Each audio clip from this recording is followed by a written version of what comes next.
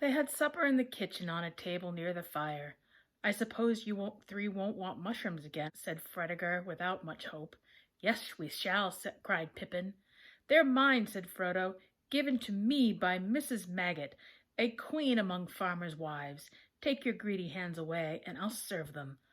Hobbits have a passion for mushrooms, surpassing even the greediest likings of big people, a fact which partly explains young Frodo's long expeditions to the renowned fields of the Marish and the wrath of the injured Maggot. On this occasion there were plenty for all, even according to Hobbit standards. There were also many other things to follow, and when they had finished even Fatty Bulger heaved a sigh of content. They pushed back the table and drew chairs around the fire. We'll clear up later, said Mary. Now tell me all about it. I guess that you have been having adventures, which was not quite fair without me. I want a full account, and most of all I want to know what was the matter with old Maggot, and why he spoke to me like that. He sounded almost as if he were scared, if that were possible. We have all been scared, said Pippin after a pause, in which Frodo stared at the fire and did not speak. You would have been scared too, if you had been chased for 2 days by black riders. And what are they? Black figures riding on black horses, answered Pippin. If Frodo won't talk, I will tell you the whole tale from the beginning. He then gave a full account of their journey from the time when they left Hobbiton. Sam gave various supporting nods and exclamations. Frodo remained silent. I should think you were making it all up, said Mary, if I had not seen the black shape on the landing stage and heard the queer sound in Maggot's voice. What do you make of it all, Frodo? Cousin Frodo has been very close, said Pippin, but the time has come for him to open up. So far we have been given nothing more to go on than Farmer Maggot's guess that it has something to do with old Bilbo's treasure. That was only a guess, said Frodo hastily. Maggot does not know anything. Old Maggot is a shrewd fellow, said Mary. A lot goes on behind his round face that does not come out in his talk. I have heard that he used to go into the old forest at one time, and that he had the reputation of knowing a good many strange things. But you can at least tell us, Frodo, whether you think his guess good or bad. I think, answered Frodo slowly, that it was a good guess, as far as it goes. There is a connection with Bilbo's old adventure, and the riders are looking, or perhaps one ought to say searching, for him or for me. I also fear, if you want to know, that it is no joke at all, and that I am not safe here or anywhere else. He looked around at the windows and walls, as if he were afraid they would suddenly give way. The others looked at him in silence and exchanged meaningful glances amongst themselves. It's coming out in a minute, whispered Pippin to Mary. Mary nodded.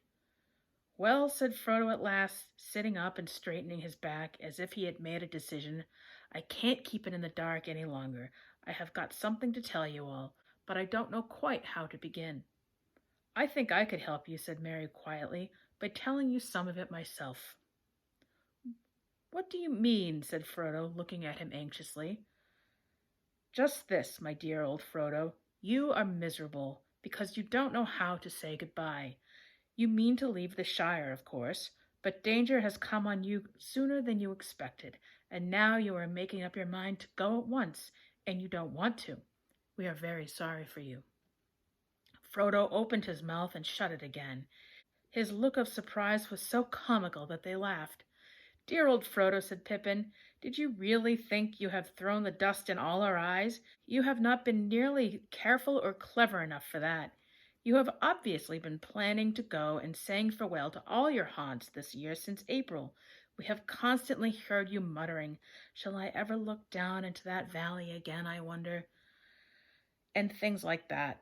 And pretending that you had come to the end of your money, and actually selling your beloved Bag End to those Sackville Bagginses, and all those close talks with Gandalf. Good heavens, said Frodo, I thought I had been both careful and clever. I don't know what Gandalf would say, and is all the Shire discussing my departure then? Oh, no, said Mary. Don't worry about that. The secret won't keep for long, of course, but at present it is, I think, only known to us conspirators. After all, you must remember that we know you well. And are often with you. We can usually guess what you are thinking. I knew Bilbo, too. To tell you the truth, I have been watching you rather closely since he left. I thought you would go after him sooner or later. Indeed, I expected you to go sooner, and lately we have been very anxious. We have been terrified that you might give us the slip and go off suddenly, all on your own like he did. Ever since the spring we have kept our eyes open and done a good deal of planning on our own account. You are not going to escape so easily. But I must go, said Frodo. It cannot be helped, dear friends. It is wretched for all of us. But it is no use your trying to keep me. Since you have guessed so much, please help me and do not hinder me. You do not understand, said Pippin. You must go, and therefore we must go too. Merry and I are coming with you. Sam is an excellent fellow, and would jump down a dragon's throat to save you if he did not trip over his own feet. But you will need more than one companion on your dangerous adventure. My dear and most beloved hobbit, said Frodo, deeply moved, but I could not allow it. I decided that long ago, too. You speak of danger, but you do not understand. This is no treasure hunt, no there and back journey. I am flying from deadly peril into deadly peril.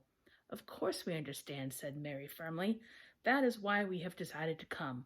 We know the ring is no laughing matter, but we are going to do our best to help you against the enemy.